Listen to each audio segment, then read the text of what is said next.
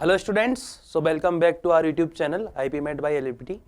So this is the lecture number 3 of geometry. तो first and second lectures में हमने first lecture में basic cover किया था लाइंस एंड ट्राइंगल का. सेकेंड लेक्चर्स में हमने सिमिलरिटी के कंसेप्ट्स एंड उससे रिलेटेड काफ़ी अच्छे अच्छे क्वेश्चन डिस्कस किए थे. आज हम ट्राइंगल में कुछ आगे कुछ चीज़ों पे डिस्कस करेंगे. आज हम ट्राइंगल को ही डिस्कस करने वाले, लेकिन कुछ और नई चीज़ें लाइक सेंट्रोइड, जितने भी ज्योमेट्रिकल सेंटर्स होते हैं, सेंट्रोइड, ऑर्थो सेंटर, सरकम सेंटर, इन सब के बारे में डिस्कस करेंगे. देन लास्ट में जितने भी हमारे पास, अगर हम मेंसुरेशन का टॉपिक जब बाद में डिस्कस करेंगे, सो एरिया का फॉर्मूला, इन सब के बारे में आइडिया होना चाहिए. जितने भी डिफरेंट फॉर्मूले होते हैं ट्राइंगल के एरिया के, वो भी हम आज डिस्कस करने वाले हैं. फिर लास्ट में हम इसमें कुछ डिफरेंट सिनारियो जैसे पाइथागोरस ट्रिपलेट के बारे में बात करेंगे. एक पर्टिकुलर टाइप की वैरायटी जो एग्जाम में आती है उसके कंसेप्ट को डिस्कस करेंगे. तो ये सारा हमारा मोटिव है इस लेक्चर का. ठीक है, तो स्टार्ट करते हैं. तो सबसे पहला हम स्टार्ट करते हैं मीडियन से. सो क्या होती है मीडियन? तो मीडियन क्या होती है हमारे पास?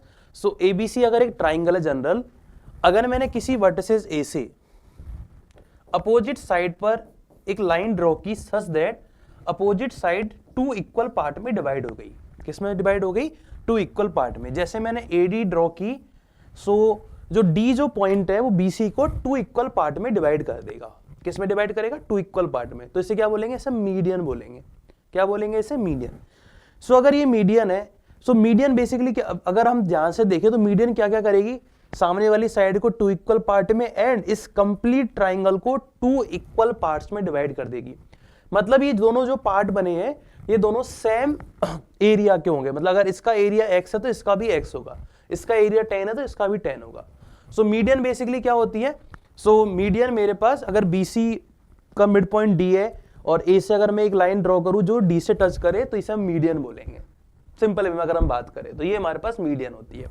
ठीक है, मीडियन से रिलेटेड एक काफी पॉपुलर थ्योरम है जिसे हम अपोलिनियस थ्योरम बोलते हैं. उस थ्योरम को हम डिस्कस करेंगे. तो थ्योरम क्या बोलती है कि अगर आपके पास ABC एक ट्राइंगल है और AD एक मीडियन है, ठीक है, अगर ABC एक ट्राइंगल है और AD एक मीडियन है, तो ये थ्योरम क्या बोलती है कि AB square plus AC square equals to twice of AD square plus BD square. BD की जगह DC भी लिख सकते हो, कोई दिक्कत नहीं है, क्योंकि वो सेम ही चीज है. क्योंकि BD और DC अगर ये मीडियन है तो सेम ही होंगे. तो ये एक थ्योरम है जो अपोलिनियस थ्योरम है. इसका प्रूफ हम अभी इग्नोर कर रहे हैं, काफी ज्यादा टाइम टेकिंग है, तो अभी के लिए मैं इसे इग्नोर कर रहा हूं. बट हाँ, आपको ये थ्योरम याद करनी, काफी इंपॉर्टेंट थ्योरम है. इसकी एप्लीकेशंस एग्जाम में आती भी है. सो हमें इस थ्योरम को अच्छे तरह से याद करना है. तो इसके लिए क्या क्या चीज चाहिए? मुझे मीडियन चाहिए. मीडियन पता हो और कुछ साइड्स का आइडिया गिवन हो, देन हम इसको यूज कर सकते हैं. काफी अच्छी तरीके से हम इसे यूज कर सकते हैं. सबसे पहला चीज हमें थ्योरम समझ में आनी चाहिए. क्लियर है वाली चीज? चलो, अब इसको याद करने का तरीका कैसे याद कैसे करेंगे? क्योंकि सर ऐसे तो बहुत सारे कंसेप्ट है. आप बोल सकते हो कि सर ऐसे तो बहुत सारे कंसेप्ट है जो इसमें आते जाएंगे, आप किस किस को कैसे याद करेंगे? तो इसको याद करने का एक मैं तरीका आपको दे रहा हूं. जनरली हमें पाइथागोरस थ्योरम याद होती है. तो पाइथागोरस थ्योरम को अगर आपको याद है तो उसकी हेल्प से आप इसको उसकी हेल्प से इसको याद कर सकते हो. तो मैं याद करने का तरीका बता रहा हूं आपको. नहीं तो वैसे है इसको याद करने का तरीका डेरिवेशन नहीं है, ये डेरिवेशन नहीं बता रहा हूं मैं, जस्ट याद करने का तरीका बता रहा हूं. तो क्या है देखो, मान लो कि ये राइट एंगल ट्राइंगल होता तो क्या बनता मेरे पास? AB square equal to AD square plus BD square. ये बनती पाइथागोरस थ्योरम से. हाइपोटेनस का square equal to base square plus perpendicular square. Similar way में अगर ये 90 होता तो ये भी 90 होता. तो राइट साइड वाले ट्राइंगल से क्या बनेगा? AC square equals to AD square plus DC square.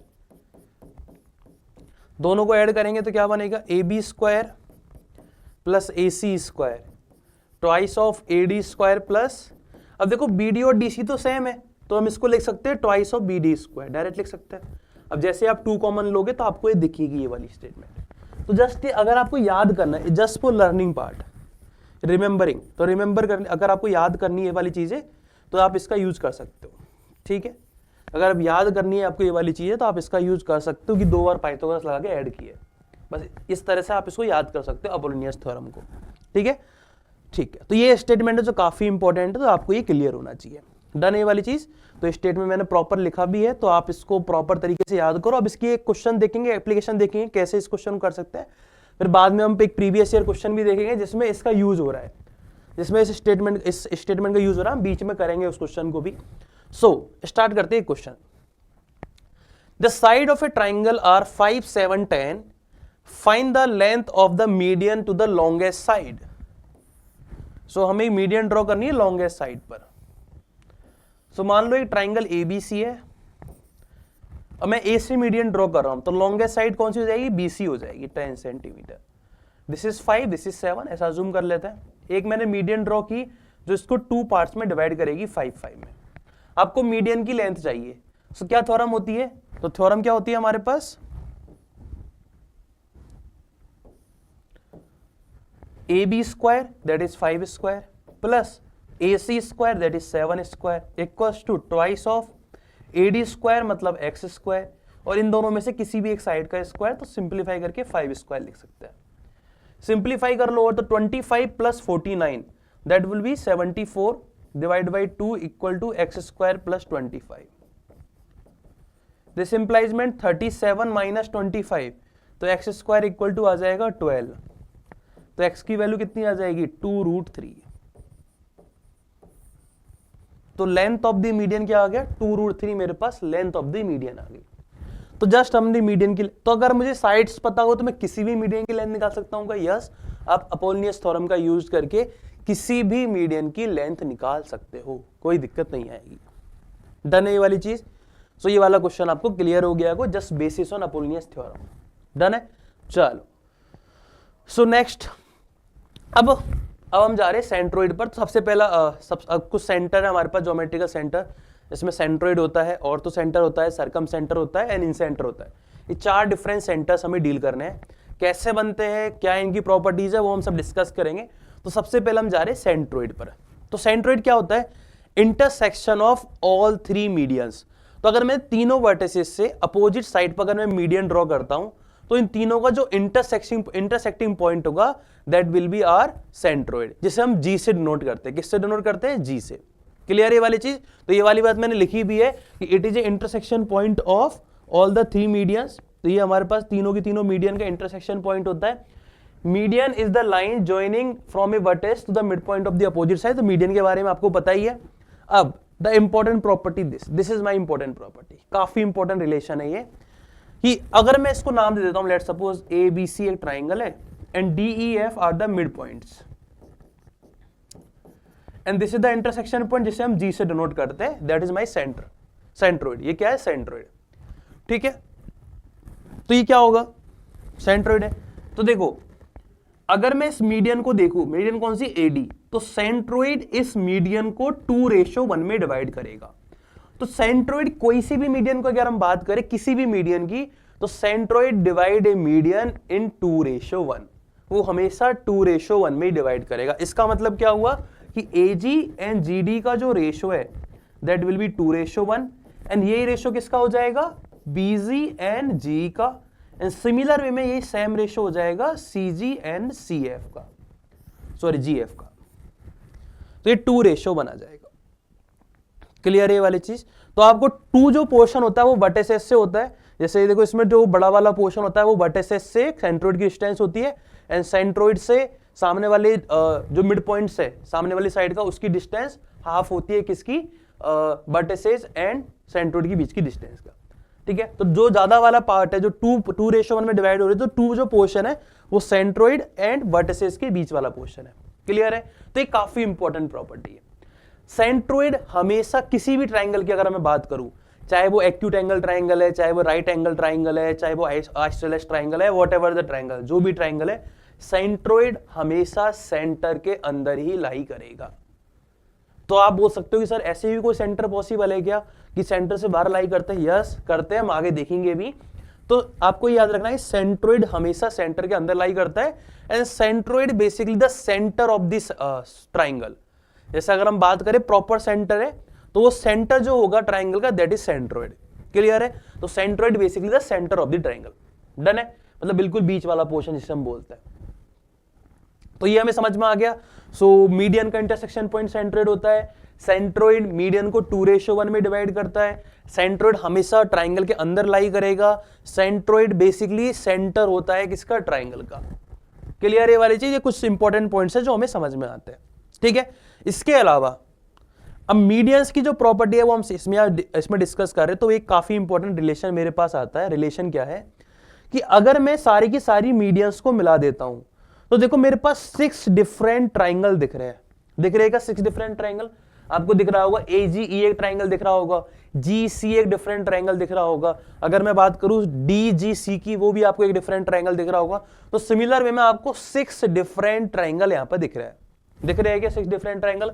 तो मैं आपसे कह रहा हूं ये सारे के सारे जो ट्राइंगल है इनका जो एरिया होगा वो सेम होगा। क्या होगा? वो सेम ही होगा। मतलब अगर इस ट्राइंगल का एरिया x है तो इसका भी x होगा, इस वाले ट्राइंगल का भी x होगा, इसका भी x होगा, इसका भी x होगा, इसका भी x होगा। तो कंप्लीट ट्राइंगल का एरिया कितना आ जाएगा? 6x। तो वही स्टेटमेंट यहां पे लिखा हुआ है कि if ABC are if AD BE and CF are medians, सो ये कंडीशन ट्रू होगी कि भाई area of these 6 triangles are equal and जो कंप्लीट एरिया होगा ट्राइंगल का that would be the 6 time of area of the any triangle. Clear है ये वाली चीज? यहां तक क्लियर है? तो ये काफी इंपॉर्टेंट है। सिमिलर में एक और आइडिया इंपॉर्टेंट है जो भी हम देखेंगे। सो पहले एक क्वेश्चन कर लेते हैं। The triangle ABC AD BE and CF are median. तो पहले हम एक डायग्राम बनाते हैं प्रॉपर।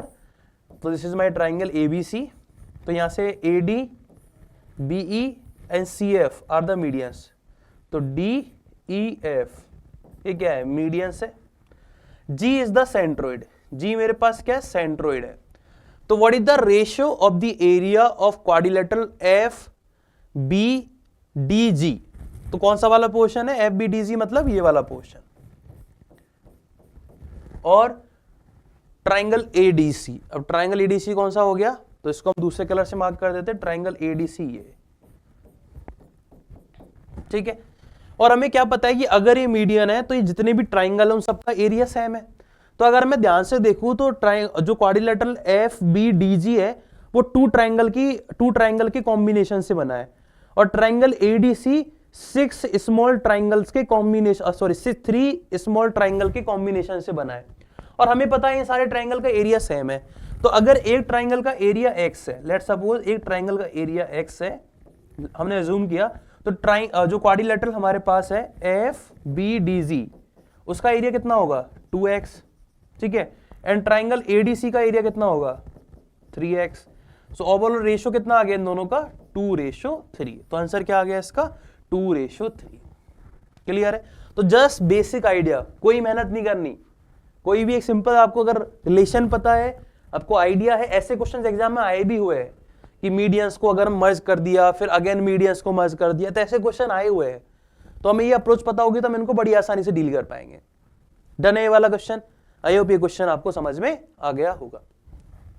एक और आइडिया सिमिलर केस पर आता है हमारे पास। वो क्या है कि अगर मैं किसी भी ट्राइंगल्स के मिड पॉइंट्स को मर्ज करता हूं, तो ये सारे के सारे मिड पॉइंट थे ABC। अगर मेरे पास ट्राइंगल है, ठीक है, तो इनके मिड पॉइंट्स का नाम मैं DEF दे देता हूं। तो DEF को मर्ज करने के बाद जो ट्राइंगल बनेगा, तो आप देखो यहां पर टोटल 4 ट्राइंगल आपको दिख रहे हैं। This is triangle 1, this is triangle 2, this is triangle 3, this is triangle 4। तो इन चारों का जो एरिया होगा दैट वुड आल्सो सेम, वो भी सेम होगा। किसी भी जनरल ट्राइंगल की अगर मैं बात करूं तो मीडियंस को अगर मैं ड्रॉ कर देता हूं तो बेसिकली मेरे पास मीडियंस को अगर मैं मिला देता हूं तो हमारे पास 4 डिफरेंट ट्राइंगल्स दिखेंगे। इन ट्राइंगल्स का एरिया भी सेम होगा। मतलब अगर इसका एरिया x है, इसका भी x होगा, इसका भी x होगा, इसका भी x होगा। सो अगर मीडियंस, अगर मैं सारे के सारे मिड पॉइंट्स को मिला दूं, उससे जो ट्राइंगल बनेगा उसका जो एरिया होगा वो टोटल का 1/4 होता है। निकाल सकते हैं क्योंकि टोटल अगर 4x है तो ये x है। इसका मतलब ये मिडल वाले जो ट्राइंगल है जो मिड पॉइंट्स को ज्वाइन करके बना हुआ है, ये जो ट्राइंगल है इसका एरिया कितना होगा? 1/4 of the area of original triangle. तो ये स्टेटमेंट, ये दो जो रिलेशन है हमने जो मीडियंस के आइडिया से आते हैं, ये आपको याद होनी चाहिए। ये हमारे लिए काफी इंपॉर्टेंट है। क्लियर ये वाली चीज? चलो तो इस पे बेसिस पे क्वेश्चन कर लेते हैं।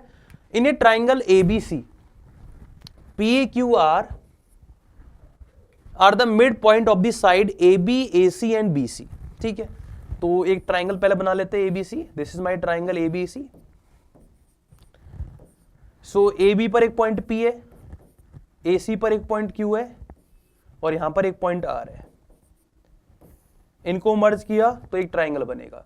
अब ट्राइंगल ABC गिवन है 20, तो PQR का एरिया पूछा है, तुरंत बता सकते हैं 5, क्योंकि ये 1/4 होता है, तो आंसर क्या आ गया 5।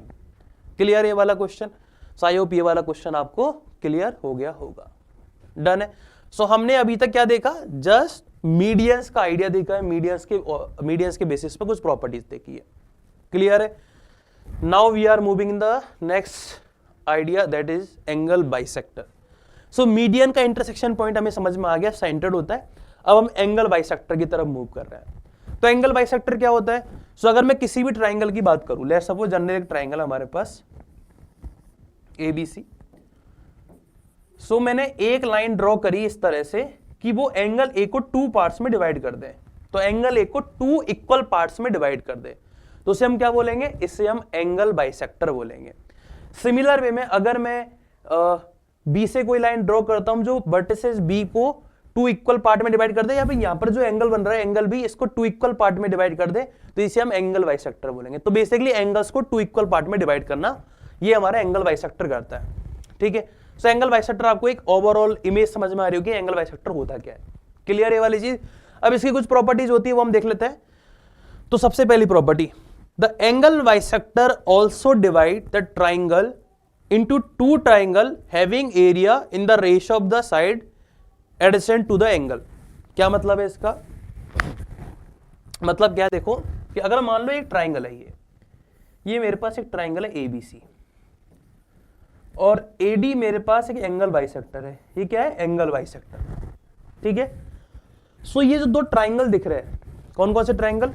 Triangle A, area of triangle ABD, and area of triangle ADC। इनका जो एरिया होगा वो AB और AC के रेशियो में होगा। अभी कैसे आया? ये कैसे आ रहा है भाई? कैसे आया? देखो कि मान लो, वैसा भी आपको एक फॉर्मूला मैं बताऊंगा, उसकी हेल्प से आप निकाल पाओगे कि ये थीटा, ये भी थीटा है, ये दोनों मैंने थीटा थीटा मान लिया। ठीक है? क्योंकि अगर 2 इक्वल पार्ट में डिवाइड होंगे तो दोनों को हम इक्वल मान लेते हैं। अब हमारे पास जब आगे हम डिस्कस करेंगे तो ट्राइंगल का एक एरिया ये होता है हाफ AB साइन C या हाफ BC साइन A। इसका मतलब क्या है? AB BC के बारे में ना आपको आइडिया दिया था, वैसे हम आगे हम डिस्कस करेंगे ये वाला फॉर्मूला। सो ये A होता है, ये B होता है, ये C, और ABC मेरे पास एंगल है। तो अगर मैं इसके करस्पॉन्डिंग, इस एंगल के करस्पॉन्डिंग एरिया निकालता हूं तो कितना आएगा? Half into AB into AD into sine theta. Similar में दूसरे वाले ट्राइंगल का इतना आएगा, half into AC into AD into sine theta, और इनका रेशियो लेंगे तो सारी टर्म कट जाएगी, AB और AC बचेगा।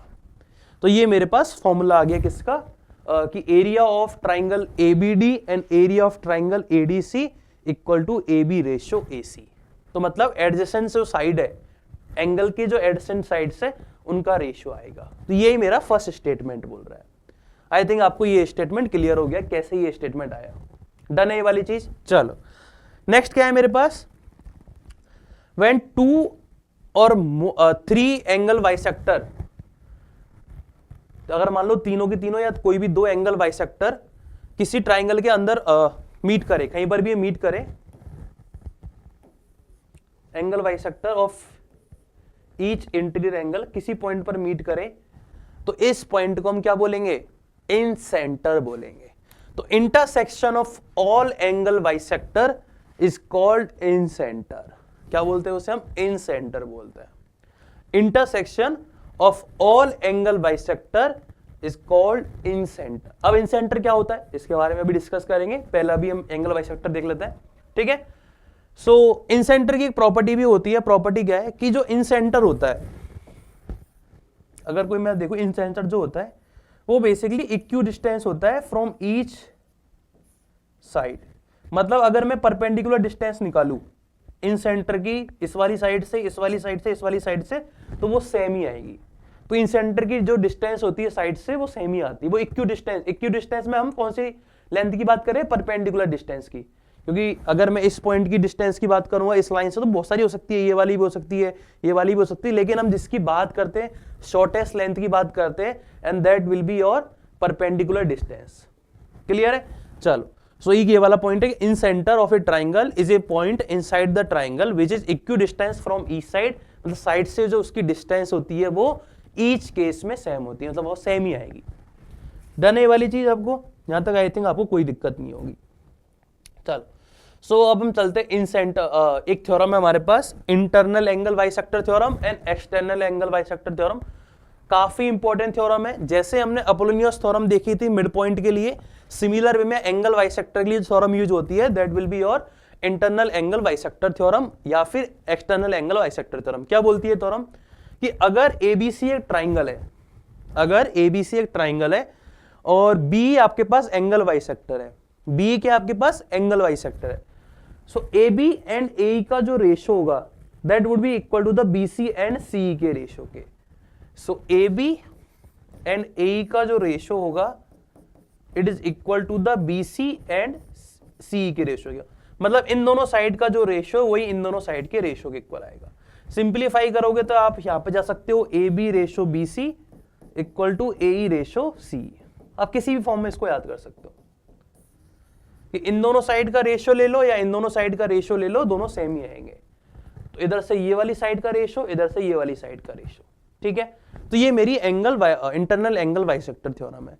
सिमिलर वे में जैसे इंटरनल एंगल बाइसेक्टर थ्योरम होती है, एक्सटर्नल एंगल बाइसेक्टर थ्योरम भी होती है कि देखो मान लो ये मेरे पास एक एक्सटीरियर एंगल है, ठीक है, इसको टू पार्ट्स में डिवाइड करने वाला एक मैंने एंगल बाइसेक्टर बनाया, जैसे मैंने बी से ई एंगल बाइसेक्टर बन गया, तो ये थ्योरम क्या बोलेगी, ए से ई की distance A B ratio A E किसके इक्वल हो गया, बी सी रेशो सी के। तो यहां से भी सेम ही आइडिया बनेगा कि ए बी रेशो, देखो पहले ए बी लिखा फिर इसकी डिस्टेंस एंगल बाइसेक्टर के ये वाले पॉइंट से, so A B ratio A E equal to the B C ratio C. Simplify करेंगे तो आप इस रिलेशन पे पहुंच जाओगे, ठीक है। तो ये मेरे पास एंगल बाइसेक्टर थ्योरम है। जनरली हम इस थ्योरम का ज्यादा यूज करते हैं, एक्सटर्नल बाइसेक्टर थ्योरम हमारे ज्यादा क्वेश्चंस अभी तक देखे नहीं गए, लेकिन हमें पता होनी चाहिए, इंटरनल पे बेस्ड क्वेश्चन आते हैं।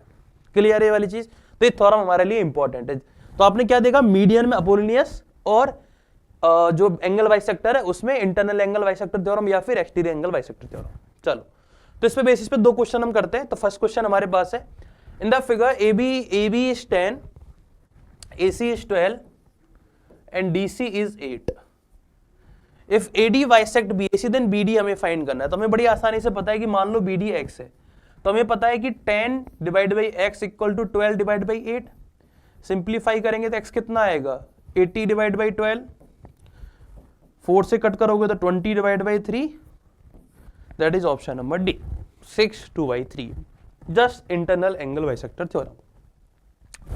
क्लियर है ये, तो आई होप ये आपको क्लियर हो गया होगा। नेक्स्ट देखते हैं इसमें, so in the figure P Q R is a triangle, S is a point on Q R such that Q S and S R in the ratio 2:1। तो इन दोनों का रेशियो गिवन है Q S and S R का। चलो ठीक है, the bisector of angle P S Q, okay, the S T bisector हमारे पास दिख रहा है, and PSR meet PQ and PR at T and U, ठीक है। If PU equal to 128, UR equal to 16 and PQ equal to 100, then find the value of PT। तो हमें PT की वैल्यू पूछी गई है।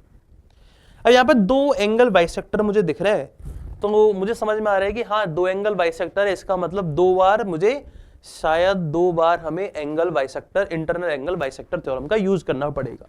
तो हम एक बार कर लेते हैं। तो सबसे पहले मैं एस टी के लिए यूज कर रहा हूं, कौन से वाले ट्राइंगल में, ट्राइंगल पी एस क्यू में एस टी अगर एक एंगल बाइसेक्टर है तो इसको मैं यूज कर रहा हूं। तो क्या बोलती है थ्योरम कि एस क्यू और एस टी का जो रेशियो है, S Q and Q T का जो रेशियो है that will be equal to the S P and P T के रेशियो के। कौन से वाले ट्राइंगल में हमने दिखा, ये ट्राइंगल पी क्यू एस में हमने ऑब्जर्व किया है। कौन सी theorem, internal angle bisector theorem. कि अगर ये बाइसेक्टर है तो इन दोनों साइड का जो रेशियो है वो इन दोनों साइड के रेशियो के इक्वल होगा, यही मैंने आपको बताया था। अगर मैं ट्राइंगल पी एस आर में बात करूं तो क्या बनेगा कि P S and P U का जो रेशियो बनेगा that will be equal to the S R and U R के रेशियो के, मतलब इन दोनों साइड का जो रेशियो है वो इन दोनों साइड के रेशियो के इक्वल बनेगा। एंगल बाइसेक्टर थ्योरम यूज करी है हमने, ठीक है। आपको ये ऑब्जर्व भी हो रही हो कैसे बना। अब देखो थोड़ा ध्यान से देखते हैं, ठीक है। अब अगर मैं थोड़ा और ध्यान से इसको देखूं तो इन दोनों को मुझे सिंप्लीफाई करना है। देखो एसपी और पीएस मतलब दोनों सेम ही चीज है, ये दोनों में कॉमन है और इसकी इंफॉर्मेशन मुझे कहीं भी गिवन नहीं है, तो इसे एलिमिनेट कर ले हम। तो कैसे करेंगे, तो या तो एसपी की वैल्यू यहां रिप्लेस कर दूं या फिर पीएस की वैल्यू रिप्लेस कर लो। तो क्या बनेगा, देखो S Q Q T equals और into P T equals to P S या एस पी मेरे पास आ जाएगा इसमें, इसको सिंप्लीफाई करके। और जैसे ये वैल्यू मैं यहां पर रिप्लेस करूंगा तो मुझे क्या मिलेगा, तो S Q divide by Q T into P T divide by P U equal to S R divide by U R, ठीक है। और आपको क्या क्या चीज गिवन है, Q S and S R का रेशियो गिवन है, तो इन दोनों को तो साथ में ले लेते हैं Q S and S are को। तो Q S and S are, S Q और क्यू एस ये दोनों इनको साथ में ले लिया मैंने, क्योंकि इसका रेशियो मुझे पता है 2:1, तो इसकी वैल्यू मुझे 2:1 पता है। और जो जो वैल्यू हमें पता है उन सबको रिप्लेस कर लेते हैं। पी यू हमें पता है, हमें ये निकालना क्या है, पी टी निकालना है, तो पी टी को हमने एज इट इज लिखा, ठीक है। पी यू हमें पता है कितना है, पी यू हमारे पास है 128, तो पी यू हमारे पास है 128 equal to Q T divide by U R आ जाएगा। और यू आर हमारे पास कितना है, और यू आर है हमारे पास 16।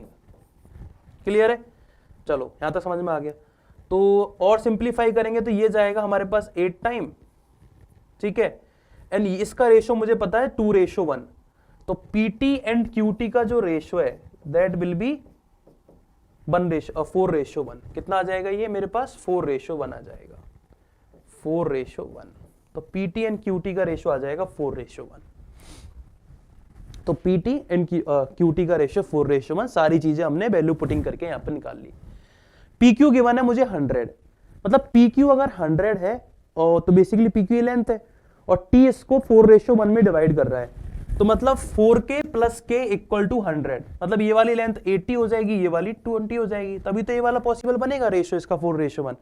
तो पीटी कितना आ गया, पीटी आ गया मेरे पास 80। तो देखो अच्छा क्वेश्चन कैसे फ्रेम हुआ, तो पहले इसमें 2 बार एंगल बाइसेक्टर लगाया, फिर मुझे यहाँ पे कैलकुलेशन करनी है, फिर इस डेटा का भी यूज करना है, इन सारी डेटा का भी यूज करना है, और लास्ट में मुझे रेशियो वाला आइडिया भी यूज करना है। तो ये काफी अच्छा क्वेश्चन इन्होंने फ्रेम किया है, किस पर, इंटरनल एंगल बाइसेक्टर थ्योरम पर। आई होप ये क्वेश्चन आपको क्लियर हो गया होगा। डन है, चलो। सो जैसा ही मैंने अभी आपसे कहा कि एंगल बाइसेक्टर का जो इंटरसेक्शन पॉइंट होता है वो क्या होता है मेरे पास, वो हमारे पास होता है इन सेंटर। तो इन सेंटर है क्या, इन सेंटर उस सर्कल का सेंटर होता है जो ट्राइंगल के अंदर फ्रेम किया जा सके, जो ट्राइंगल के अंदर बनाया जा सके, ठीक है। सो अगर सर्कल है तो रेडियस की भी बात होगी, तो जो इनर सर्कल, इसे हम इनर सर्किल बोलते हैं, तो इन सेंटर की हेल्प से जो सर्कल बनता है ट्राइंगल के अंदर उसे हम इन सर्किल बोलते हैं, और उसकी रेडियस को हम इन रेडियस बोलते हैं। क्या बोलते हैं, इन रेडियस, ठीक है। ये वाली चीज जिसे हम स्मॉल आर से डिनोट करते हैं, किससे डिनोट करते हैं, स्मॉल आर से। तो आप देखो इस तरह से आपके पास एक ट्राइंगल है, तो ये कुछ इन सेंटर बन गया जिसे हम आई से डिनोट करते हैं, इन सेंटर को किससे डिनोट करते हैं, आई से। और इसकी अगर मैं देखूंगा तो यहां से यहां तक की जो डिस्टेंस है दैट इज योर रेडियस, जो हम बोलते हैं कि इक्यू डिस्टेंस होता है साइड से, तो जो डिस्टेंस होती है ये वाली, इससे हम क्या बोलते हैं, रेडियस बोलते हैं, जिसे हम इन सर्किल अगर इसे बोल रहे हैं तो इसे हम इन रेडियस बोलेंगे, तो इसे स्मॉल आर से डिनोट करते हैं, that is my in radius, ठीक है।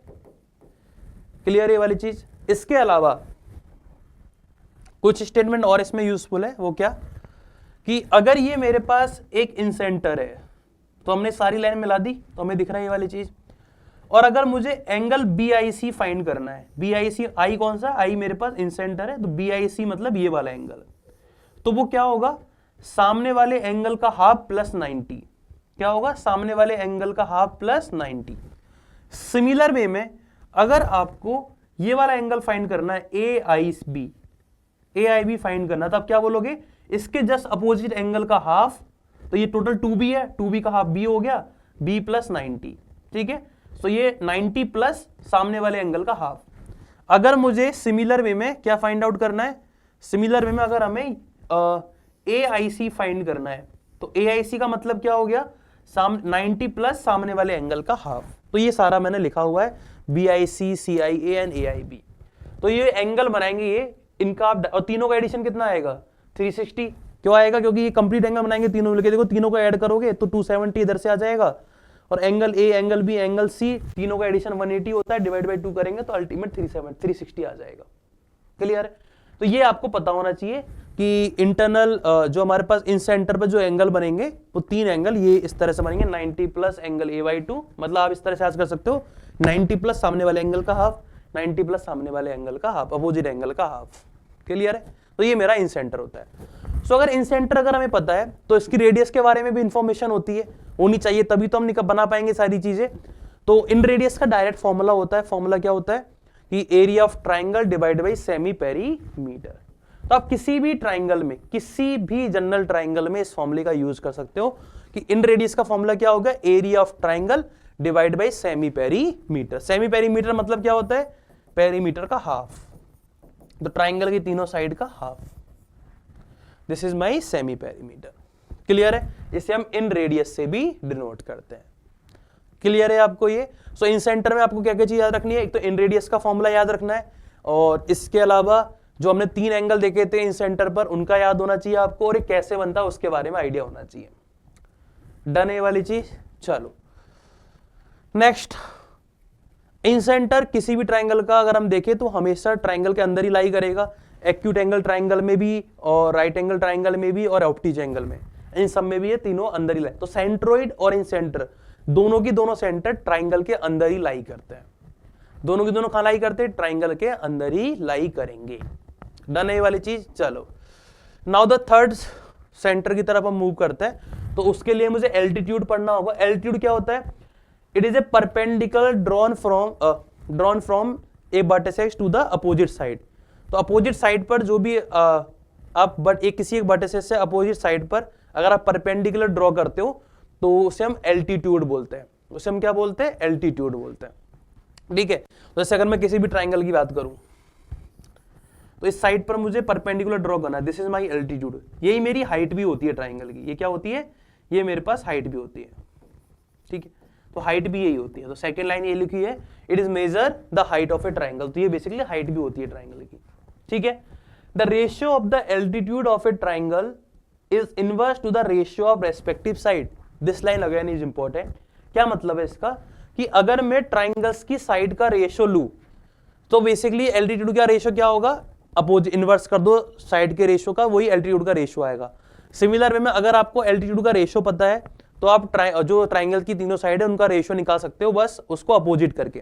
कैसे आता है, क्या है इसका लॉजिक? तो देखो लॉजिक ये है कि अगर मैं इस ट्राइंगल की बात करूं, ट्राइंगल ABC की, ऐसा क्यों हुआ इसका रीजन हम समझ रहे हैं। देखो सो अगर मैं इस ट्राइंगल ABC की बात करूं तो एल्टीट्यूड मतलब हाइट होता है। ठीक है? एल्टीट्यूड का मतलब क्या हो गया, हाइट। तो पहले हम तीनों की तीनों इनको ड्रॉ कर लेते हैं, ये हमने ड्रॉ कर लिया। तो इस ट्राइंगल का एरिया मैं फाइंड कर रहा हूं डिफरेंट बेस पर। पहला मैंने बेस लिया BC, तो अगर BC बेस पर एरिया क्या आएगा, तो BC बेस पर एरिया आएगा half into BC into height, और हाइट मतलब ये वाली, इसको हम D नाम दे देते हैं, DEF। तो AD मेरे पास इस केस में हाइट है। ठीक है? अगर मैं AC बेस लेता हूं तो क्या बनेगा, हाफ AC इंटू BE। और अगर मैं थर्ड केस लेता हूं सो हाफ BC आ गया, AC आ गया, और AB आ गया, AB इंटू CF। तो देखो एरिया तीनों केस में सेम ही होने वाला है क्योंकि सेम ट्राइंगल का एरिया है। बस मैंने क्या किया, डिफरेंट साइड्स को डिफरेंट बेस पे कैलकुलेट किया एरिया, बस बाकी सारी चीजें सेम है।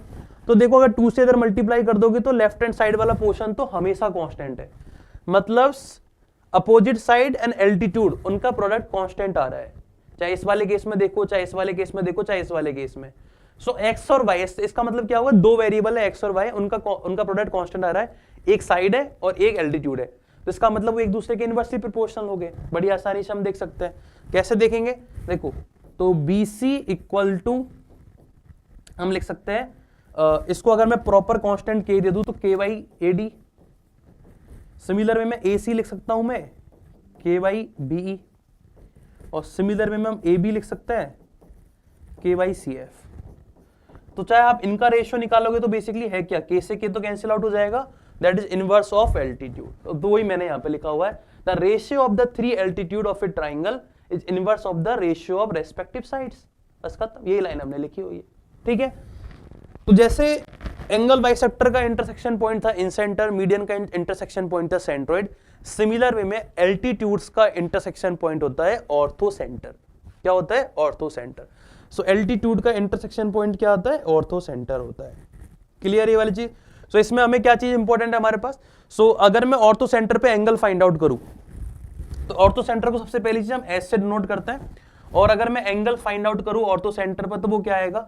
तो जैसे अगर मैं आपसे बोलता हूं ए एच एफ, ये वाला एंगल आपको फाइंड करना है, या फिर मैं आपसे कहता हूं बी एच सी, ये वाला एंगल आपको फाइंड आउट करना है। ठीक है, ए एच एफ, ये पूरा पूरा A H B, sorry not F, A H F, A H B, या फिर मैं आपसे कहूं कि आपको ए एच सी फाइंड करना है, तो क्या होगा basically 180 minus angle B, 180 minus angle C, 180 minus angle A, मतलब 180 में से सामने वाले एंगल को माइनस करना। 180, जैसे आप लोग को अगर एंगल बी एच सी निकालना है तो 180 में से माइनस कर दो एंगल ए। अगर आपको निकालना है ए एच सी तो 180 में से माइनस कर दिया एंगल बी। अगर आपको निकालना है ए एच बी तो 180 में से माइनस कर दिया angle C. This is my formula for altitudes. Clear है वाली चीज? चलो, तो जैसे हमने देखा था कि इन सेंटर और सेंट्रोइड दोनों की दोनों हमेशा ट्राइंगल के अंदर लाई करेंगे, तो क्या ऑर्थो सेंटर में भी ऐसा होता है? नहीं, ऐसा नहीं होता। तो ऑर्थो सेंटर में थोड़ा सिनेरियो बदल जाता है। अगर आप एक्यूट एंगल ट्राइंगल की बात करोगे तो उसमें जो ऑर्थो सेंटर आएगा वो ट्राइंगल के अंदर आएगा। बट अगर मैं बात करूं किसकी, ऑब्ट्यूज एंगल ट्राइंगल की, तो मान लो ये आपके पास ऑब्ट्यूज एंगल ट्राइंगल है, तो अगर आप सारे के सारे परपेंडिकुलर ड्रॉ करोगे तो उनका जो इंटरसेक्शन पॉइंट होगा वो आउटसाइड द ट्राइंगल लाई करेगा। But the most important case is right angle triangle.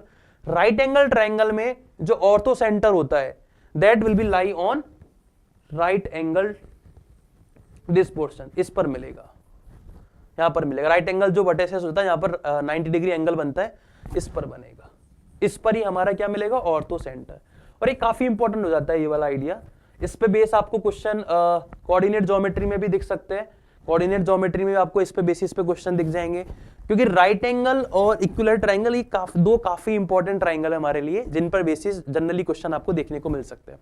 तो इसमें क्या चीज मिली कि अगर एक्यूट एंगल ट्राइंगल है तो orthocentre inside the triangle lie करेगा, ऑब्ट्यूज एंगल ट्राइंगल है तो orthocentre outside the triangle lie करता है। But at the case of right angle triangle जो ऑर्थो सेंटर होगा वो कहां पे लाई मिलेगा? प्रॉपर राइट एंगल पर। राइट एंगल जो पोर्शन होता है वर्टिसेस होता है उसी पर आपको मिलेगा। तो this is your ortho centre. ठीक है, क्लियर है वाली चीज? यहां तक क्लियर है? चल, so next in the last centre, अगर लास्ट सेंटर जो हमारे पास बचा उसका जो आइडिया है that is my perpendicular bisector of set. तो परपेंडिकुलर बाइसेक्टर क्या होता है? तो अगर मान लो मैं एक ट्राइंगल की बात करूं, पहले परपेंडिकुलर बाइसेक्टर का मतलब समझ लेते हैं। अगर मैं इस BC की बात करता हूं तो BC का परपेंडिकुलर बाइसेक्टर का मतलब क्या है? ऐसी लाइन जो BC को 2 इक्वल पार्ट में डिवाइड कर दी हो और 90 डिग्री भी बनाए BC पर। जरूरी नहीं है कि वो वर्टिसेस से पास हो, इसकी कोई रिक्वायरमेंट नहीं है, बट ऐसी लाइन इस तरह से हो कि इसको ये 90 डिग्री बनाए और इसको 2 इक्वल पार्ट में डिवाइड करे, that is called perpendicular bisector. हो सकता है वो ए से पास हो, मतलब अपोजिट वर्टिसेस से पास हो सकता है ना हो, दोनों केस पॉसिबल होता है। बट हमें क्या चीज चाहिए? परपेंडिकुलर बाइसेक्टर वो होना चाहिए। डन है ये वाली चीज? चलो, तो ये इस तरह से परपेंडिकुलर बाइसेक्टर बनता है। It is a locus of a point which are equidistance from any two vertices. ठीक है, अभी हम इसके बारे में आगे देखेंगे।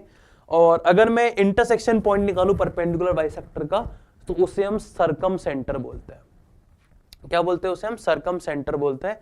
और सरकम सेंटर क्या है क्या नहीं अभी हम समझने वाले, नेक्स्ट अब उसी के ऊपर ही चल रहा है। चलो, सो सरकम सेंटर क्या होता है? Intersection of all perpendicular bisectors is called circumcentre. ठीक है, intersections of all perpendicular bisector is called circumcentre. और इस तरह से ये सरकम सेंटर बनेगा। देखो थोड़ा सा डायग्राम थोड़ा अजीब हो गया, बट ये दिस इज माय सरकम सेंटर। इसे हम O से डिनोट करते हैं। किससे डिनोट करते हैं? O से डिनोट। तो सरकम सेंटर का यूज क्या है?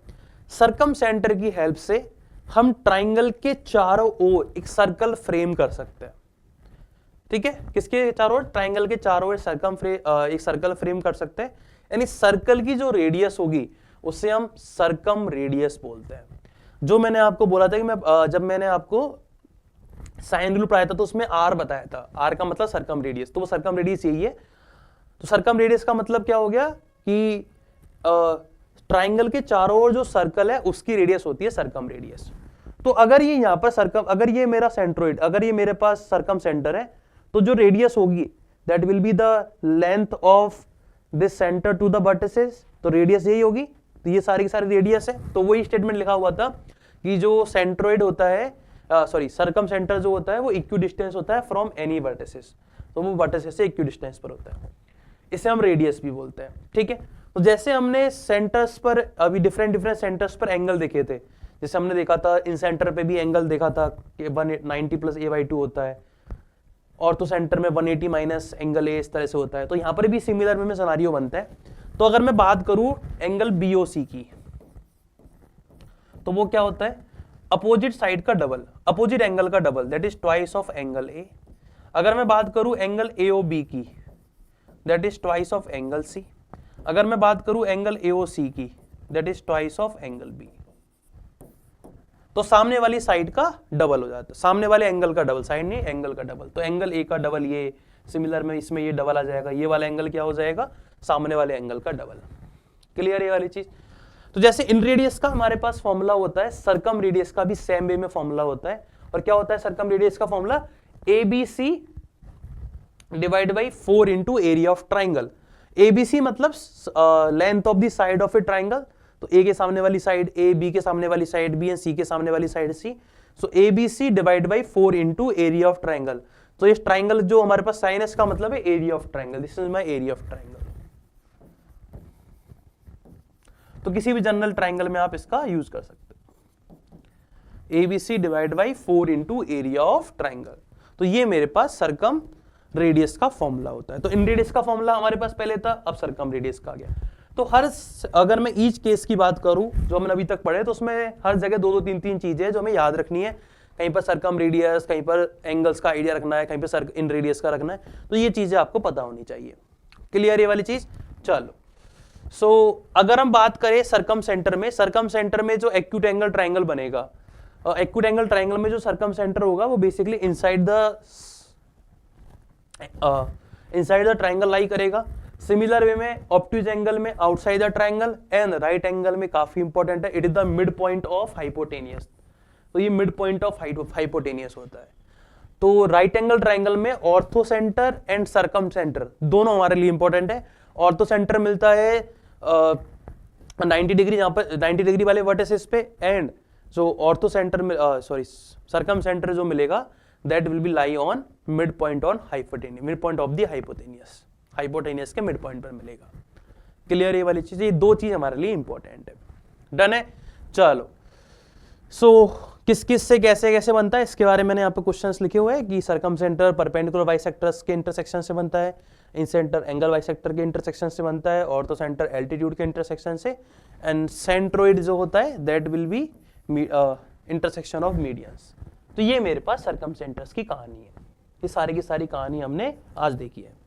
ठीक है, क्लियर है वाली चीज। चलो अब हम दो स्पेशल केस लेके चलूंगा, एक हम राइट एंगल ट्राइंगल का देखेंगे एंड दूसरा हम इक्विलर ट्राइंगल, क्योंकि इस पे काफी सारी चीजें इंपॉर्टेंट हो जाती है, तो हम दोनों केस अभी कंसीडर करके देखते हैं। देखो हमें पता है कि ये अगर आपको ये डायग्राम भी याद हो जाएगा, आप डायग्राम बना लेना तो आपको चीजें समझ में आ जाएगी। This is my orthocentre, ये मेरे पास ऑर्थो सेंटर होता है, और this is the mid point, and this is equal to circumcentre. तो इसका मतलब अगर मेरे को हाइपोटेनियस C पता है तो C का हाफ क्या बनेगा, रेडियस बनेगा। तो मतलब AD इक्वल टू BD हो जाएगा। और अगर ये मेरे पास मीडियन है AD, तो ये किसके इक्वल, ये भी मेरे पास मीडियन AD इक्वल हो जाएगी, ये CD इक्वल हो जाएगी। ठीक है, तो मीडियन जो होती है ये वाली, वो किसके इक्वल होती है, हाफ ऑफ हाइपोटेनियस। तो ये जो मीडियन है वो किसके इक्वल होगी, हाफ ऑफ हाइपोटेनियस। तो यहाँ पर लिखा भी हुआ है। ठीक है, सरकम रेडियस क्या मिलेगी मुझे, तुरंत मिल जाएगी हाइपोटेनियस के हाफ। एंड इन रेडियस वाले केस में आप यहाँ पर एक इंपॉर्टेंट फॉर्मूला मिल जाता है, काफी इंपॉर्टेंट है ये। सो आप इस फॉर्मूले को डराइव भी कर सकते हो सेम आइडिया यूज करके, बट ये काफी इंपॉर्टेंट है। ये क्या है कि inradius equal to a plus B minus c by two, a और बी ये वाली साइड और सी का मतलब हाइपोटेनियस है। सी क्या है? हाइपोटेनियस। तो राइट एंगल ट्राइंगल में आप साइड्स का यूज करके तुरंत निकाल सकते हो इन रेडियस। ठीक है, this is my in radius formula. तो आपको क्या क्या चीज याद करनी है? एक तो ये ऑर्थो सेंटर होता है, ये मेरे पास सरकम सेंटर होता है, ये रेडियस है, ये भी रेडियस हो गई, और इन रेडियस का फॉर्मूला, और सिमिलर वे में सरकम रेडियस का फॉर्मूला। ये मेरे को राइट एंगल ट्राइंगल में याद होना चाहिए, तभी हम राइट एंगल ट्राइंगल में चीजें क्लिक कर पाएंगे। क्लियर है? चलो अगर हम बात कर, अभी क्वेश्चन देख लेते हैं। इन्हें ट्राइंगल 6, 8, 10 मुझे साइड्स गिवन है। BD is the median drawn from A to BC, find the measurement of BD and GD। और G का मतलब यहां पे लिखा हुआ है G इज सेंट्रोइड। G क्या है? सेंट्रोइड है। थोड़ा सा मिसिंग है यहाँ पे डेटा, G इज सेंट्रोइड। तो कैसे निकालेंगे देखो। सो ट्राइंगल ABC की बात कर रहा है, तो 6, 8, 10। तो अगर मैं साइड को थोड़ा ध्यान से देखूं तो ये मुझे 6, 8, 10 दिख रही है। और जब भी आपको देखो क्वेश्चन में आपको डायरेक्ट नहीं गिवन होता है कि ये ट्राइंगल राइट एंगल ट्राइंगल है, आपको साइड इस तरह से गिवन होगी कि वो राइट एंगल की प्रॉपर्टी सेटिस्फाई कर रही होगी। राइट एंगल ट्राइंगल की कौन सी प्रॉपर्टी? पाइथागोरस। तो देखो AB का स्क्वायर प्लस BC का स्क्वायर आपको AC के स्क्वायर के इक्वल दिख रहा होगा। देखो 6 square plus 8 square equal to 100 square. 36 plus 64 100 होता है, हाँ 10 का स्क्वायर, नॉट 100 का स्क्वायर, 10 का स्क्वायर। तो मतलब हमें ये समझ में आ गया ये जो ट्राइंगल है वो राइट एंगल ट्राइंगल है। गिवन नहीं था, ऑब्जर्वेशन से पता लगाया है, डायरेक्ट गिवन नहीं है क्वेश्चन में। ठीक है, तो राइट एंगल ट्राइंगल फ्रेम करते हैं। AC मेरे पास हाइपोटेनियस है क्योंकि AC की लेंथ सबसे ज्यादा है, सबसे बड़ी लेंथ हाइपोटेनियस होती है, और ये है, तो ये 6, ये 8। BD is a median drawn from A to BC। Okay, the measurement of BD and GD। अब देखो हमने अभी देखा था राइट एंगल ट्राइंगल में अगर मैं यहां से इस बटे से ऐसे मीडियन ड्रॉ करता हूं तो that will be the half of hypotenuse, क्योंकि रेडियस ही होती है सरकम रेडियस। तो अगर ये हाफ क्या हो गया 5, 5, 5, तो ये लेंथ हो जाएगी 5। तो BD की लेंथ 5 आ गई, मतलब इस मीडियन की लेंथ 5 आ गई। और हमें पता है कि G जो होता है वो मीडियन पे लाई करता है और वो मीडियन को 2:1 में डिवाइड करता है। मतलब BG एंड GD का जो रेशो होगा दैट इज 2:1। ऐसा क्यों हुआ? क्योंकि सेंट्रोइड मीडियन को 2:1 में डिवाइड करता है। तो और टोटल लेंथ मुझे पता है इसकी 5। तो अगर BG वाली लेंथ 2K है तो GD कितनी हो जाएगी K। तो BG plus GD that is BG। BD ये कितना हो गया 3K इक्वल टू हो गया 5K। तो K की वैल्यू कितनी आ गई 5/3।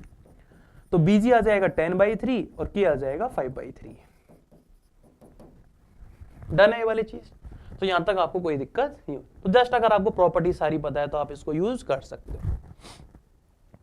डन है ये वाली चीज। Next, consider a right angle triangle with inradius 2 centimetre and circumradius of 7। तो find the area of triangle. तो इन रेडियस पता है एंड सरकम रेडियस पता है। तो इन रेडियस और सरकम रेडियस अगर आपको पता हो तो आप डायरेक्ट ही ट्राइंगल्स राइट एंगल ट्राइंगल का एरिया फाइंड आउट कर सकते हो।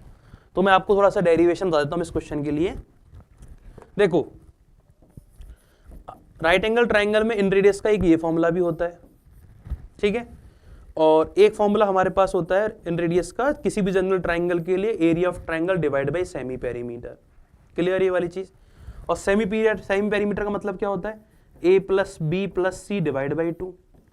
और जो कैपिटल R है दैट इज सरकम रेडियस होती है क्या होता है C/2, मतलब हाइपोटेनियस का हाफ। ये मुझे पता है। क्लियर है यहाँ तक आई थिंक कोई दिक्कत आपको नहीं होगी। तो C की वैल्यू कितनी हो गई 2R हो गई।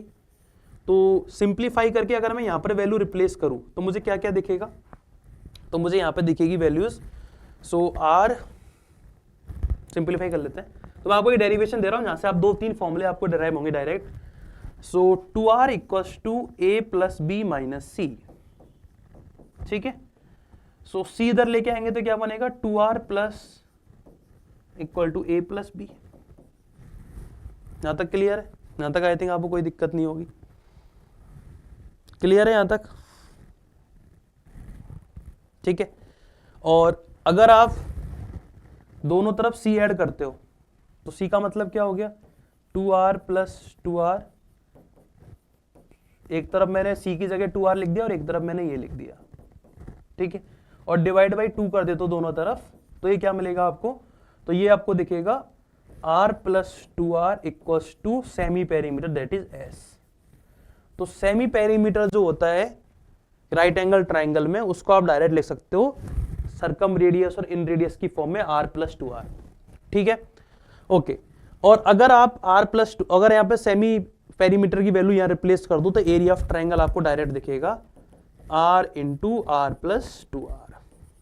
तो दो फॉर्मूले आपको दिखते हैं, ये केवल राइट एंगल ट्राइंगल के लिए ट्रू है, ये दोनों केस किसके लिए ट्रू है? Right angle triangle. तो राइट एंगल ट्राइंगल में आप ये सारी चीज लिख सकते हो। लिख देता हूं मैं यहाँ पे स्टेटमेंट क्या है कि area of triangle equals to r into R plus 2r and semi perimeter equal to r plus 2r। r का मतलब inradius and capital R का मतलब सरकम रेडियस। तो अब डायरेक्ट वैल्यूज रिप्लेस कर लो। तो consider a right angle triangle, in radius 2 है, सरकम रेडियस 7 है।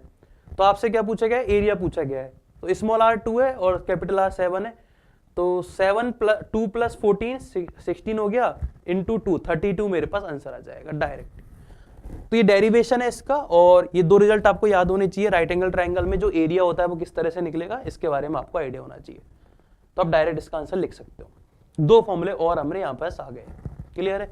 चलो, ये अच्छा क्वेश्चन है। क्या क्वेश्चन है देखो, PBA interior point of A right angle isosceles triangle ABC with hypotenuse AB। तो हाइपोटेनियस AB है, मतलब सी पर राइट एंगल बन रहा होगा। ये दोनों मेरे पास साइड सेम है क्योंकि आइसोसेलेस ट्राइंगल है, मतलब ये दोनों एंगल 45 डिग्री के बनेंगे। ये हमें समझ में आ रहा है। ठीक है, चलो। The perpendicular distance from P from each of AB and BC and CA is 4 root 2 minus 1, और P एक इंटीरियर पॉइंट है। तो देखो P एक इंटीरियर पॉइंट है, उसकी अगर मैं परपेंडिकुलर डिस्टेंस लेता हूं इन तीनों जगह से, वो सेम आ रही है 4 root 2 minus 1। Then the area of a triangle हमसे पूछा गया है। तो मान लो अगर ये साइड A है तो ये भी A होगी, तो ये A root 2 होगी, ये हमें पता है। यहां तक क्लियर है? क्योंकि पाइथागोरस थ्योरम का यूज करोगे तो आपको मिल जाएगी A root 2। अब मुझे एक बात बताओ, P एक इंटीरियर पॉइंट है, वहां से इसकी जो परपेंडिकुलर डिस्टेंस है भी सेम है, तो P क्या है? अगर आप थोड़ा ध्यान से सोचो, हमने जितनी भी कहानी अभी तक पढ़ी है, जितनी भी चीजें हमने देखी है, तो आपको समझ में आएगा P एक इंसेंटर है। और P एक अगर इंसेंटर है तो ये जो डिस्टेंस है that is your in radius. मतलब आपको क्वेश्चन ने घुमा फिरा के क्या दे दिया? इन रेडियस गिवन। इन रेडियस कितनी दे दी? 4 root 2 minus 1। बट ये ऑब्जर्व करने के लिए आपको ये सारी चीजें बेसिक समझनी होगी, जो मैंने आपको एक स्टेप बाय समझाई है कि ऐसा क्यों हुआ, कैसे बनता है। तो इन रेडियस अगर आपको 4 root 2 minus गिवन है, तो इन रेडियस का फॉर्मूला क्या होता है? इसमें a plus B minus C divide by 2। ये होता है राइट एंगल ट्राइंगल में। a और b सेम है, यहाँ पर a और c की वैल्यू a root 2 है, तो a plus a minus a root 2 divide by 2 की वैल्यू गिवन है आपको 4 root 2 minus 1। सिंप्लीफाई करोगे सो ये बनेगा आपके पास 2 से उधर मल्टीप्लाई करोगे तो 2 minus root 2 equal to 8 root 2 minus 1। ठीक है, जैसे रूट 2 कॉमन लोगे तो आपके पास दिखेगी a की value 8 by root 2, that is ये आ गया 4 root 2। तो जो आपके पास a है, मतलब ये जो वैल्यू है that is a, that is equal to 4 root 2, ये भी 4 root 2। तो एरिया ऑफ ट्राइंगल क्या हो गया? Half into a base into height, that is half a square. a square मतलब 4 root 2 का स्क्वायर, दैट इज 32। तो आंसर क्या आ गया? 16। तो 16 आपके पास आंसर आ गया। बट इसमें इंपॉर्टेंट क्या था? सबसे पहले इसको इंसेंटर पता लगाना, इंसेंटर के बाद इन रेडियस का फॉर्मूला, वहां से लेंथ साइड निकल जाएगी, साइड निकलेगी तो एरिया आ जाएगा। तो ये चीज हमें इसमें करनी थी। क्लियर है वाला क्वेश्चन? चलो, तो अब अभी जैसे हमने राइट एंगल ट्राइंगल के लिए देखा, सिमिलर वे में अब हम इक्विलैटरल ट्राइंगल के लिए स्पेशल केस देख लेते हैं। तो इक्विलैटरल ट्राइंगल में क्या होगा? क्लियर है? फिर उसके बाद कुछ क्वेश्चन करेंगे, देन हम क्लास एंड करेंगे आज। So special case of equilateral triangle, तो क्या है इसमें? तो देखो, अगर इन रेडियस की अगर हम बात करें तो सबसे पहले हम इक्विलैटरल ट्राइंगल के बारे में सारी चीजें देख लेते हैं। तो आपको कुछ चीजें इसमें समझनी है। अभी तक हम जितने भी ट्राइंगल देख के आ रहे हैं, जरूरी नहीं होता है किसी भी ट्राइंगल में median, angle bisector, orthos, altitude, perpendicular bisector, ये सब डिफरेंट हो सकते हैं किसी भी अगर ट्राइंगल की बात करें। बट इक्विलैटरल ट्राइंगल एक ऐसा केस है जिसमें median, height, altitude, angle bisector, perpendicular bisector, ये सब कोइंसाइड होता है, मतलब ये एक ही लाइन को रिप्रेजेंट करते हैं। मतलब अगर मैं मीडियन बोलूंगा तो वो एंगल बाइसेक्टर भी होगा, वो परपेंडिकुलर बाइसेक्टर भी होगा, वो सब सेम ही होते हैं। तो एक ही लाइन ये सारे के सारे पॉइंट इसमें सारी की सारी लाइन को डिनोट करती है। तो इसका मतलब जो मीडियन होगी वही मेरे पास एंगल बाइसेक्टर होगा, वही मेरे पास परपेंडिकुलर बाइसेक्टर होगा। तो मतलब अगर ABC एक इक्विलेटरल ट्राइंगल है तो ये जो लाइन अगर मैं ड्रॉ कर रहा हूं ये मीडियन में बोलता हूं, मैंने बोला लेट सपोज ये मीडियन है, तो यहां से यहां तक की A/2 और दैट इज A/2। तो क्वेश्चन के अकॉर्डिंग ये परपेंडिकुलर बाइसेक्टर भी होना चाहिए, ठीक है, हमने बना दिया। तो इसका मतलब क्या हुआ कि इक्विलेटरल ट्राइंगल में अगर मैं मीडियन ड्रॉ करता हूं तो बेसिकली परपेंडिकुलर ड्रॉ होगी, मतलब वो परपेंडिकुलर बाइसेक्टर भी होगी, ठीक है, यहां तक कोई दिक्कत नहीं है। चलो सो ये मीडियन भी है, परपेंडिकुलर बाइसेक्टर भी है। तो मुझे एक बात बताओ, अगर मुझे इसकी लेंथ फाइंड आउट करनी है, इस हाइट की लेंथ फाइंड आउट करनी है, इस मीडियन की लेंथ फाइंड आउट करनी है, तो मैं क्या करूंगा, ये 90 डिग्री है, ये A है, ये A/2 है, तो पाइथागोरस थ्योरम का यूज करके हम निकाल सकते हैं A² = A/2 का स्क्वायर प्लस AD का स्क्वायर। तो यहां से मेरे पास AD का स्क्वायर आएगा √3/2A, तो AD आ जाएगा √3/2A। मतलब ये जो लेंथ है that will B over √3/2A। तो यही हाइट होती है, ये एल्टीट्यूड होती है, सब कुछ है। तो ये जो लेंथ है वो क्या हो गई, √3/2A। यहां तक क्लियर है? यहां तक आई थिंक आपको क्लियर हो गया होगा, ठीक है। इसके बाद तो हमें ये तो समझ में आ गया कि लाइन सारी सेम होती है। अब बात आती है सेंटर पर। तो जिस तरह से लाइन, जितनी भी लाइन है वो सारी की सारी कोइंसाइड होती है, उसी तरह से इक्विलेटरल ट्राइंगल में जितने भी सेंटर है, चाहे वो इन सेंटर हो, चाहे वो सर्कम सेंटर हो, चाहे जो भी सेंटर हो, ऑर्थो सेंटर हो, जो भी है हमारे पास, वो भी कोइंसाइड होंगे, मतलब वो एक ही पॉइंट पर बनेंगे। इसका मतलब क्या हो गया, सेंट्रोइड, सर्कम सेंटर, इन सेंटर, ऑर्थो सेंटर, ये सारे के सारे एक ही पॉइंट को डिनोट करेंगे। तो मतलब अगर ये मीडियन है तो यहां पर ही मान लो ये मेरा सेंट्रोइड है, तो यही किसके इक्वल होगा, तो यही जो पॉइंट होगा, अगर ये सेंट्रोइड है तो यही मेरा ऑर्थो सेंटर है, यही मेरे पास क्या है, सर्कम सेंटर है, और यही मेरे पास क्या है, इन सेंटर है। ये सब सेम ही, ये सारे सारे कोइंसाइड है, ये सब एक ही पॉइंट को डिनोट कर रहे हैं। तो इसका मतलब ये जो पॉइंट है वो GB है, IB है, HB है और OB है। अब मुझे पता है O से बटे से इसकी जो डिस्टेंस होती है वो होती है R, और इस I से यहां तक की जो परपेंडिकुलर डिस्टेंस होती है वो होती है स्मॉल r, और ये GB है। तो इसका मतलब क्या हुआ कि G के ऊपर वाला पोर्शन और G के नीचे वाला पोर्शन 2:1 में डिवाइड होगा। इसका मतलब R और स्मॉल r 2:1 में डिवाइड होंगे। मतलब सर्कम रेडियस और इंड रेडियस इक्विलेटरल ट्राइंगल में 2:1 में डिवाइड होता है। टोटल लेंथ मुझे पता है 2:1 में ये डिवाइड हो रहा है, तो सर्कम रेडियस और ये सब निकाल सकते हैं हम, तो ये निकाल लेंगे तो हमारे पास ये क्या आएगा, ये आएगा A/√3 और ये आ जाएगा मेरे पास A/2√3। तो ये आपको डायरेक्ट याद होना चाहिए कि इक्विलेटरल ट्राइंगल में इन रेडियस क्या होता है, सर्कम रेडियस क्या होता है, ये आपको डायरेक्ट पता होना चाहिए। तो यहाँ पे क्या क्या चीज मिली मुझे याद करने लायक इक्विलेटरल ट्राइंगल में, कि सारी की सारी साइड, चाहे मीडियन हो, एल्टीट्यूड हो, या व्हाटएवर जो भी साइड हो वो सब सेम होती है, सारे के सारे सेंटर कोइंसाइड होते हैं, circumradius and inradius 2:1 में डिवाइड करते हैं, हाइट जो होगी वही मेरी मीडियन होगी, वही एल्टीट्यूड होगी, और इनकी वैल्यूज आपको पता होनी चाहिए। हाइट ये हमारे पास होता है A/√3 और सर्कम रेडियस, और ये मिलेगा A/2√3। तो ये सब आपको डायरेक्ट याद होना चाहिए, इसमें हम कोई भी कॉम्प्रोमाइज नहीं करेंगे कि भाई हमें ये ड्राइव कर लेंगे, ये कर लेंगे, नहीं, डायरेक्ट चाहिए हमें बिल्कुल डायरेक्ट ही याद होना चाहिए, तभी हमारे लिए फायदेमंद है। क्लियर है ये वाला केस? तो ये सारी चीज मैंने यहाँ पे लिखी भी है प्रॉपर तरीके से, तो ये आपको क्लियर होना चाहिए। तो इस तरह का ही डायग्राम बनता है फाइनल। डन है? चलो, सो इसके बेसिस पे एक दो question. The radius inradius of an equilateral triangle is 3, then find the length of each median of the triangle and the circumradius. तो देखो, अगर इन रेडियस 3 है तो सर्कम रेडियस क्या हो जाएगी 6। अभी देख के आए थे 2:1 में डिवाइड करते हैं, और हमने डायग्राम देखा था तो small r and capital R इन दोनों का एडिशन क्या होता है, मीडियन, वो मीडियन ही तो गई, तो मीडियन की लेंथ कितनी होगी 9। समझ में आ रही है वाली, डायरेक्ट हमें चीजें पता लग जाएगी। चलो कुछ स्टेटमेंट्स है जो अभी मैंने आपको बताया कि इक्विलर ट्राइंगल में सारे के सारे कोइंसाइड होते हैं, एक ही पॉइंट को डिनोट करते हैं।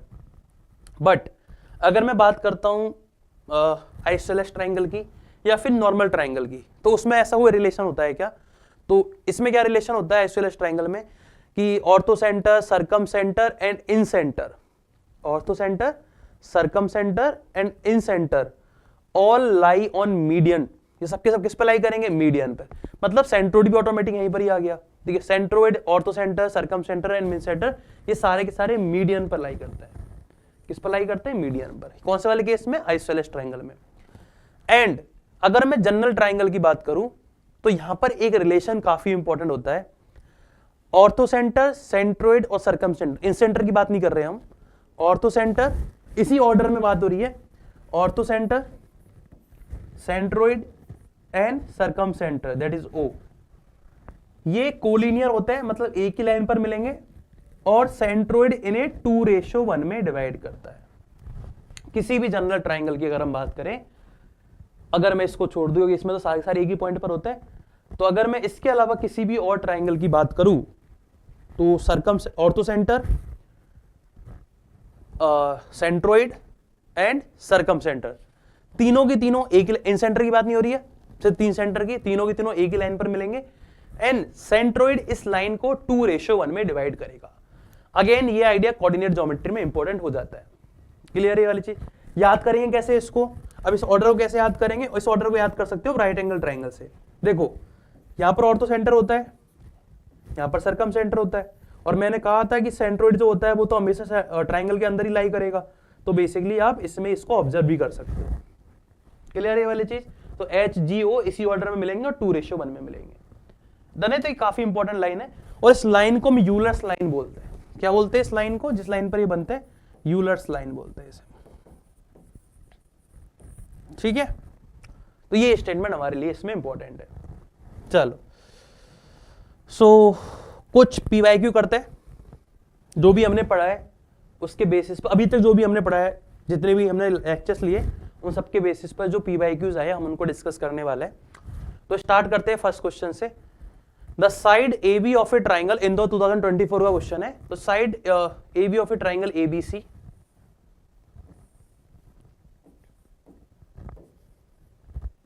ठीक है, तो ए बी मेरे पास सी गिवन है, the median B D length of k, ये बी डी है के लेंथ पे, angle B D A is theta,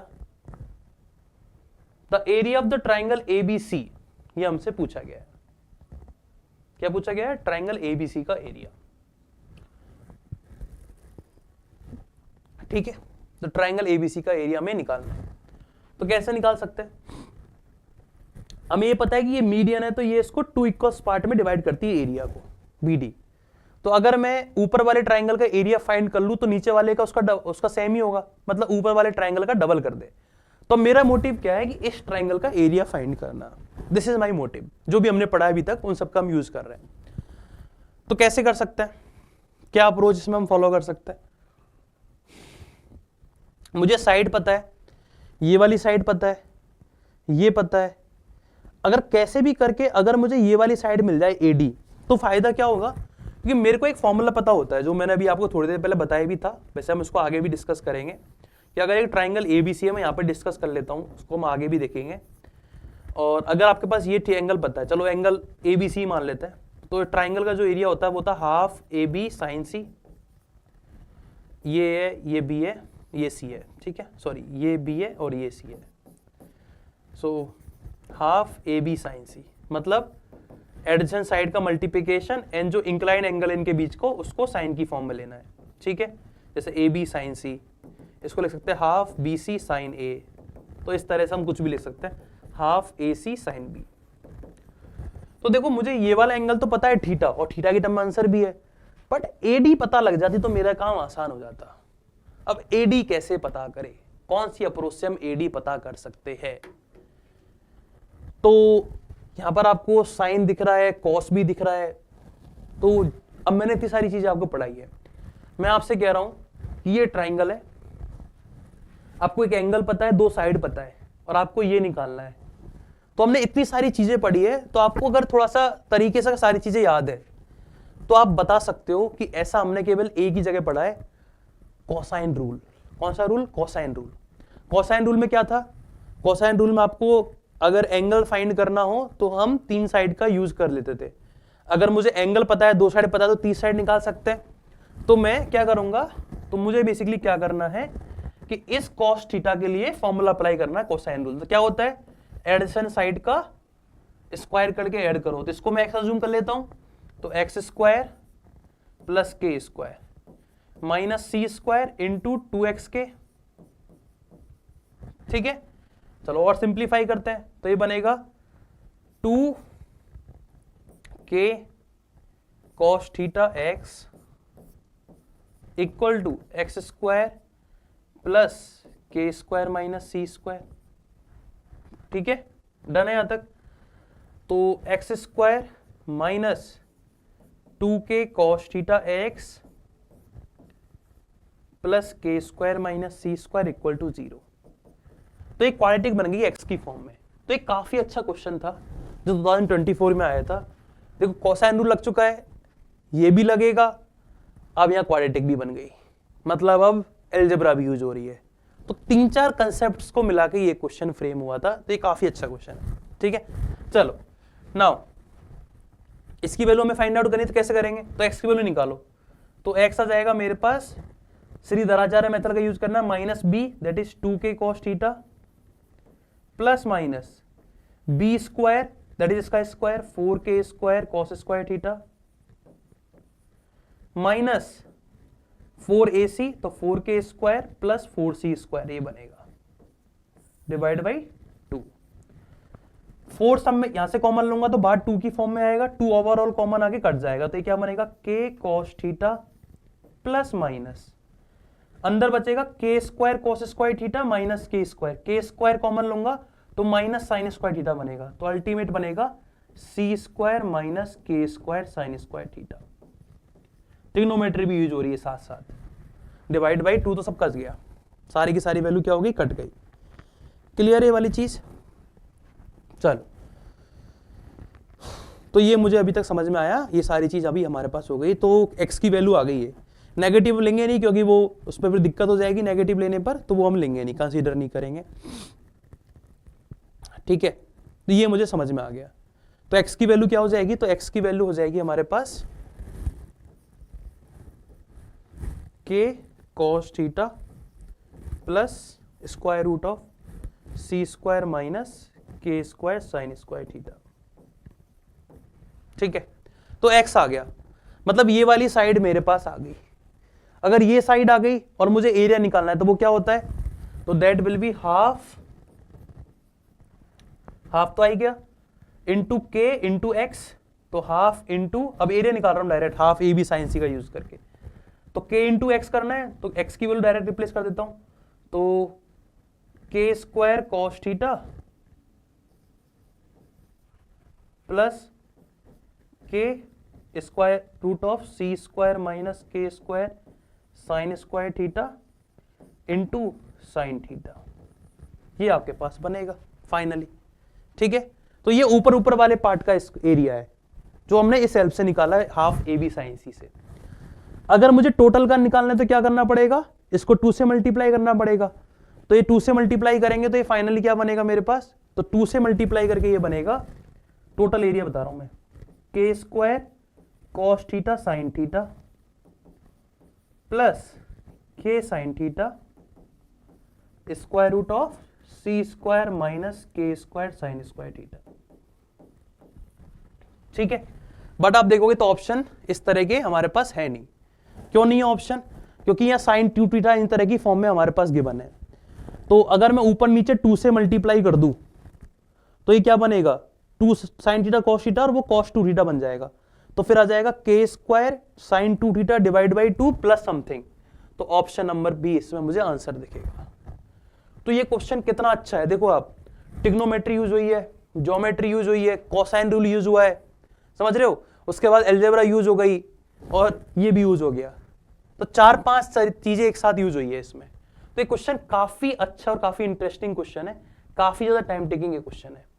आपको समझ में भी आ रहा होगा कि कितनी सारी चीजें हमें एक साथ अप्लाई करनी। पहले कोसाइन रूल देखा, फिर क्वाड्रेटिक बन गई, उसको सिंप्लीफाई करना मुश्किल था, थोड़ी वेरिएबल की फॉर्म में थी, फिर ये वाला रूल लगाना था, उसके बाद भी लास्ट वाले स्टेप में भी इन्होंने ट्रिग्नोमेट्री यूज कर ली। तो एक काफी अच्छा क्वेश्चन है। अप्रोच समझ में आनी चाहिए कैसे इस क्वेश्चन को डील करना था। बाकी तो ठीक है, लेंदी है, हम मान रहे हैं कि लेंदी है, टाइम टेकिंग भी है, बिल्कुल है, बट आपको अप्रोच समझ में आना चाहिए कि कभी कभी इस तरह क्वेश्चंस भी आपको देखने को मिल सकता है। डन है ये वाला question. Now next question, in a triangle ABC let D be the midpoint and AM is the altitude on BC। 2023 का क्वेश्चन है, अगेन अच्छा क्वेश्चन है। अप्रोच देखते हैं क्या है।